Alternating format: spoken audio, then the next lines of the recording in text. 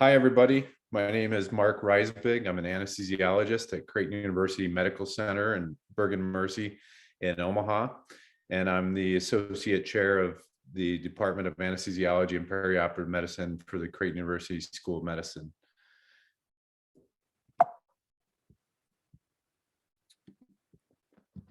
So pain is an unpleasant sensation and emotional experience that links to tissue damage. And there's two types of pain. One is acute pain, and this is physiologically protective. It typically lasts less than 3 to 6 months. And chronic pain that lasts longer than expected. And this is usually lasts longer than 6 months, and there's no physiologic purpose to this pain. Now, the CDC estimates that 11% of US adults experience daily pain, and millions of Americans are treated with opioids for chronic pain. So the adverse effects of undertreated acute pain are shown here, and there's many physiologic consequences of undertreated acute pain. In the cardiovascular system, you have hypertension, tachycardia, increased myocardial oxygen consumption, the increased occurrence of DVTs and PEs. The respiratory system, we have decreased lung volumes, decreased cough. It can lead to hypoxemia, infection, sputum retention, and atelectasis. In the GI system, we have decreased gastric and bowel motility. In the urinary system, we see urinary retention associated with undertreated acute pain. For neuroendocrine and metabolic, we see increase of the catabolic hormones, glucagon, growth hormone, vasopressin, aldosterone, renin, angiotensin, and we see a decrease in anabolic hormones like insulin and testosterone. And this leads to hyperglycemia and an increased protein breakdown and a negative nitrogen balance. All of this leads to impaired wound healing and promotes muscle wasting.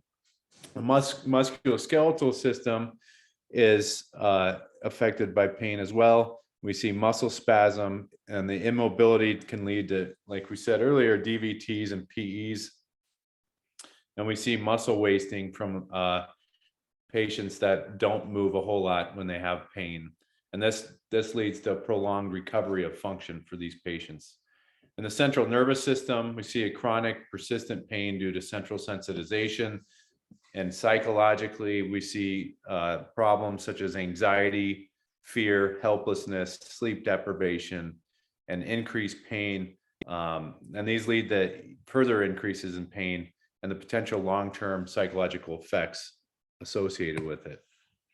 So there are 4 different pain pathways, and those definitions of each pathway are listed here. We have nociception, which is the process of noxious stimulus resulting in the perception of pain by the brain. This is when the tissue is damaged and the signal is created. Transduction is taking that noxious stimulus, whether it's mechanical, chemical, or thermal, by a peripheral nociceptor and bringing it to the central nervous system. Transmission is the propagation of the signal through the peripheral nervous system through first order neurons, and modulation occurs when the neurons send the signal to the central nervous system and the body responds. So this slide here shows the 4 different pathways, with transduction occurring in the green circle when the tissue is damaged, transmission occurring in the spinal cord, going up to perception, which is how the patient perceives the pain, and that occurs in the brain. And then modulation, again, is how the nociceptive traffic is modulated by the excitatory and inhibitory effects on the somatosensory systems. So central sensitization is the big problem with undertreated acute pain, and it's associated with the development of chronic pain, as we said earlier. This is where the dorsal horn of the neurons become hyperexcitable, and they respond to a lower threshold of activation due to changes at the molecular and cellular levels. Central sensitization is maintained by cells in the periphery.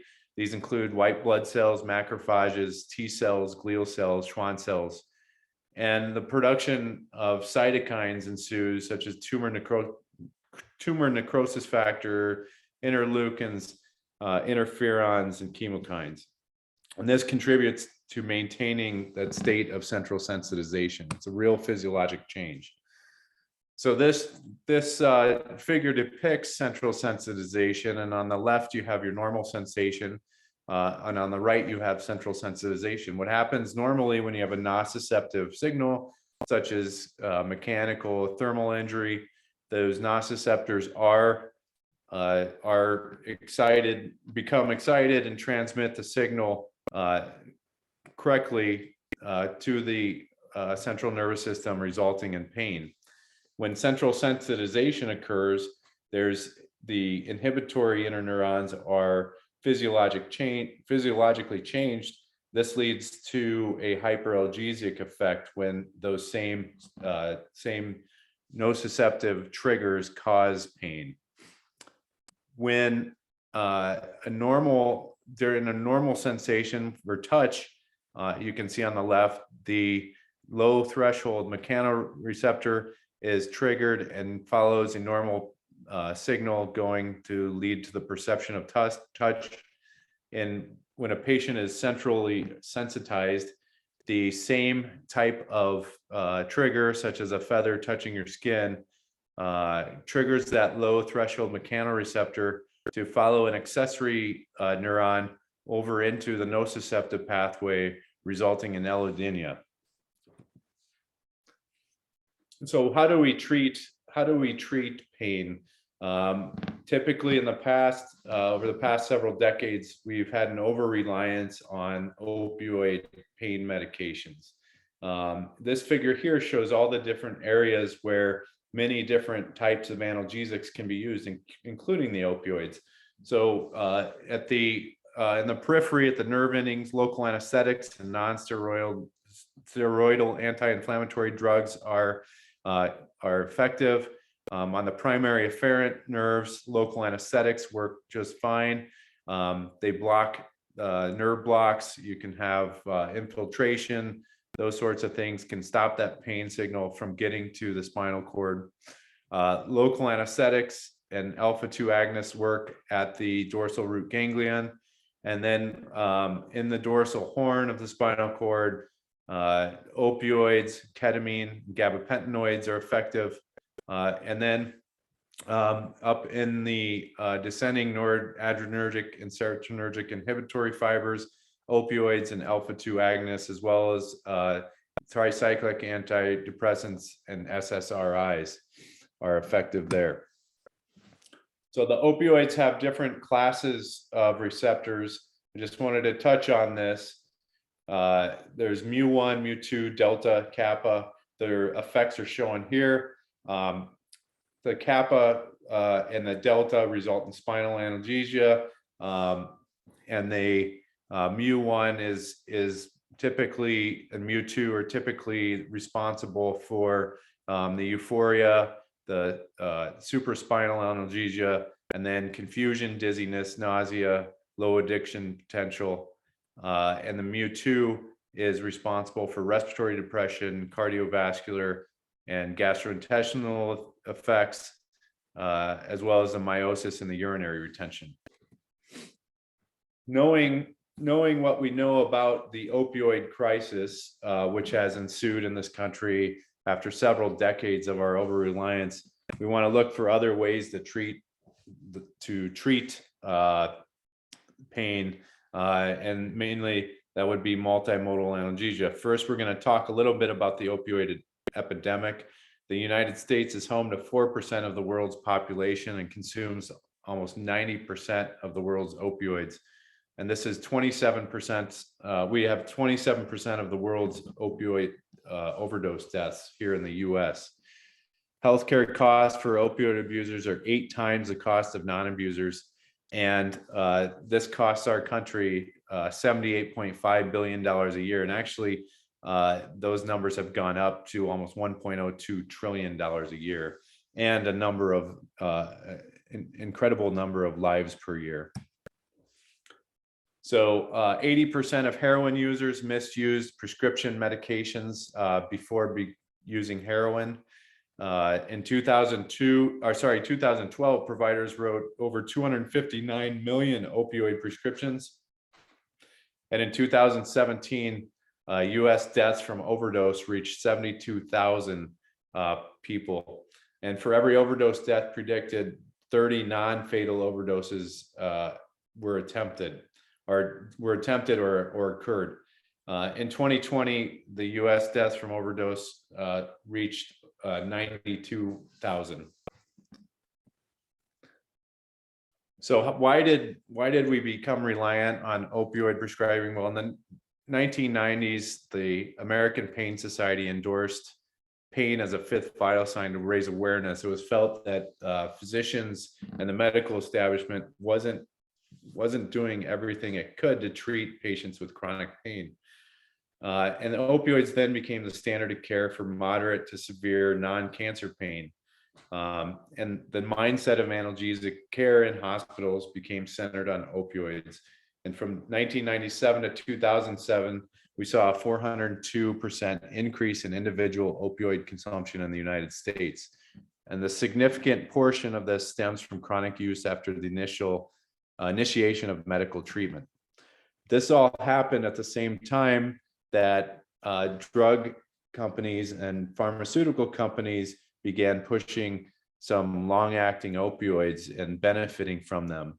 And one historical note is that Purdue Pharmaceuticals used a single letter to the editor out of a New England Journal issue that explained that a physician used opioids for non-cancer pain, and out of about 100 people, they didn't have any instances of addiction arise from that. And from that, it was construed that opioids were safe and they didn't cause any adverse effects like addiction or anything like that. So it was kind of this opioid epidemic was born out of the over-reliance of the medical establishment on for using opioids for pain, but also promoted by pharmaceutical companies. And at the same time, a lot of heroin cartels from Mexico began taking advantage of this and really causing a huge mess for the US as far as the opioid epidemic goes. So opioid-induced hyperalgesia occurs after patients receive opioids. There's several articles shown here that and this is in the anesthesia literature. If we use a lot of fentanyl during surgery, patients are going to need more fentanyl after surgery.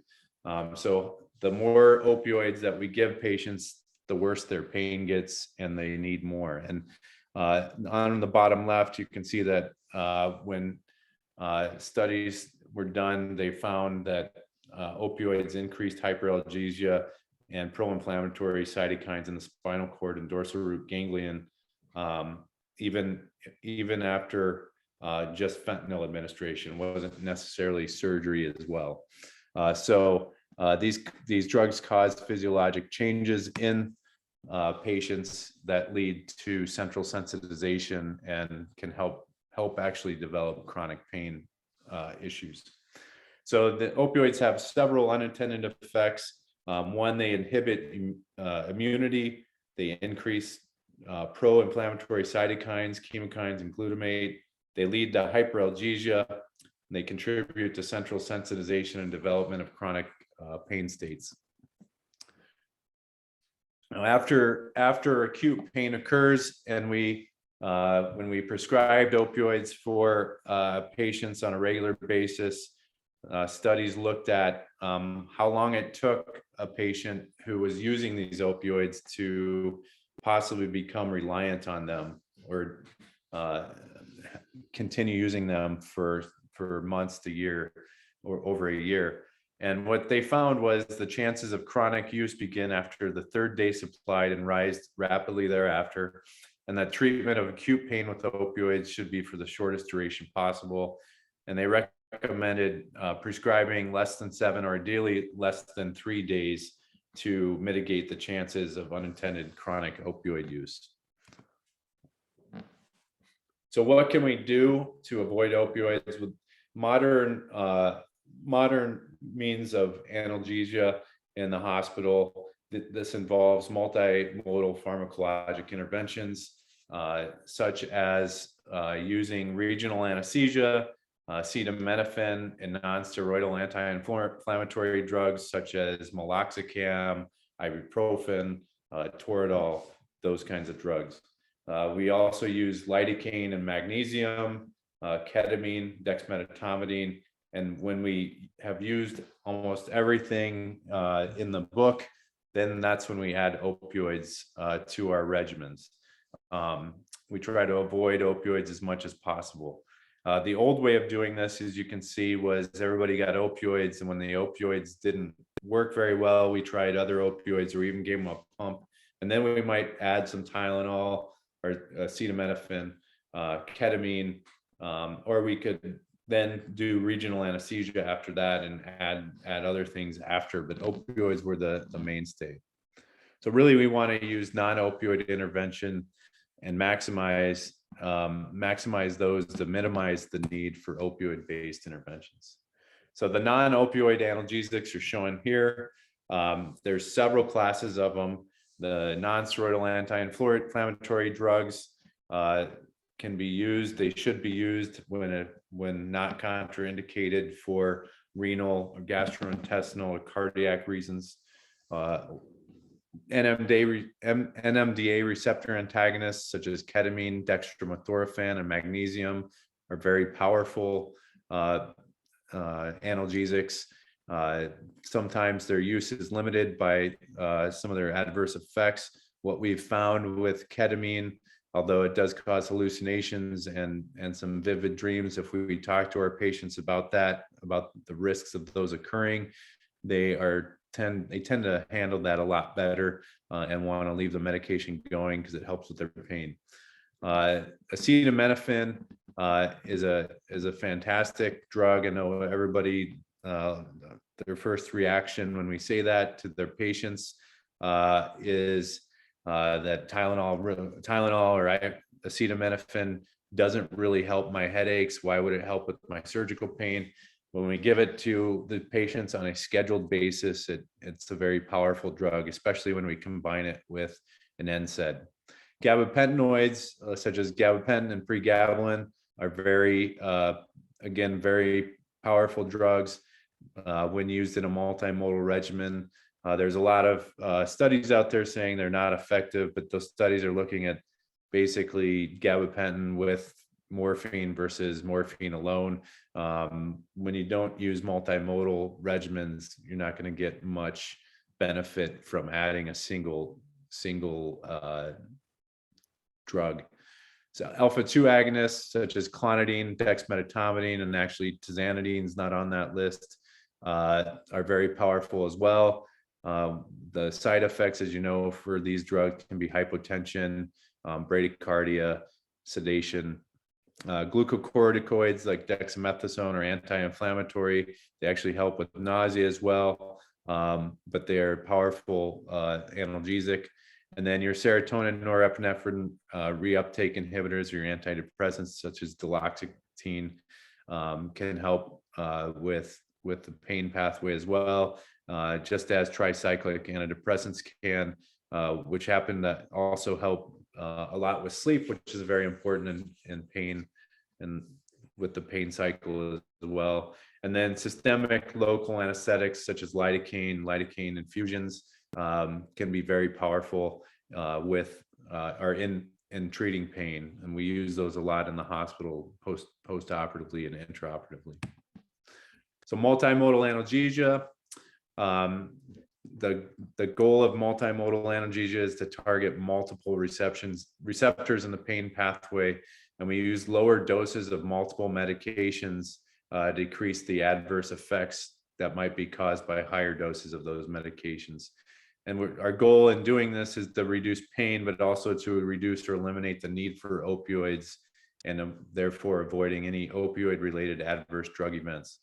And the core analgesics, acetaminophen, and non-steroidal anti-inflammatory drugs should be used unless contraindicated in patients. And this article that's cited here just shows that as as one, two, or more than two additional modalities were used in patients, there was a stepwise increase in pain control and less opioid used. So the more multimodal pain medications that were used, the less opioids were used.